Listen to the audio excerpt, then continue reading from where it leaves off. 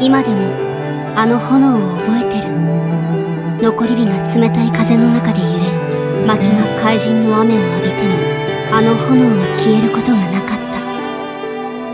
夜の帳が落ちた時、炎は太陽や無数の星となり暖かく見守ってくれた。今荒唐無稽な舞台で人形たちは幕を下ろし、太陽と星の光を隠そうとしてる。今度は私があの炎になる番だ。深淵の律者は炎タイプのアタッカー。戦い方は地上と空中の2種類がある。必殺技ボタンで切り上げ攻撃をし空中に移行する。空中で再度タップすると落下攻撃を発動して地上に戻る。戦闘開始時にシールドを獲得する。 HP 回復効果の大半はシールド値に転換される。シールドが存在するとき全ダメージがアップする。通常形態中、地上と空中での通常攻撃は炎ダメージを与える。深淵の律者の初期熱量値は0の時、攻撃ボタン長押しで分岐攻撃を発動すると熱量が上昇する。熱量は時間経過とともに下がり、0になると再び分岐攻撃を発動できる。通常形態中の分岐攻撃は炎ダメージを与え律者形態に入る。律者形態中 HP を消費する代わりに攻撃が変化し、同時に空中行動が可能になる。通常攻撃のダメージがアップし、分岐攻撃では高い炎ダメージを与え、さらに空中で発動すれば敵を引き寄せる。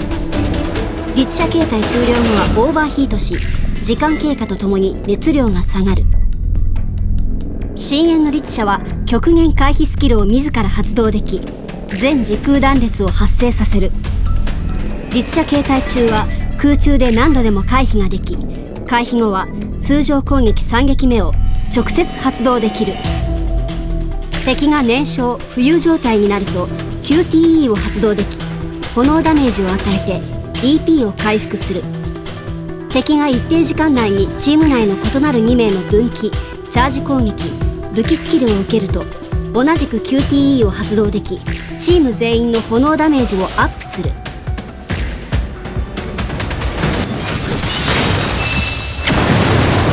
私は夜空を燃やし尽くし、光を彼方へと届ける。見てくれてるよね。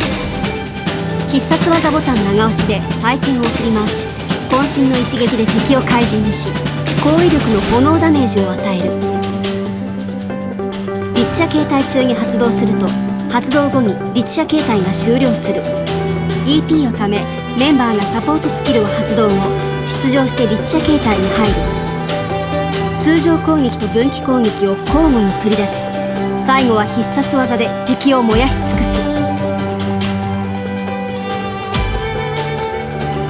炎は再燃し、剣とともに継承され熱を帯びた。一瞬で消える余人なんかじゃない。これは人が人である証明。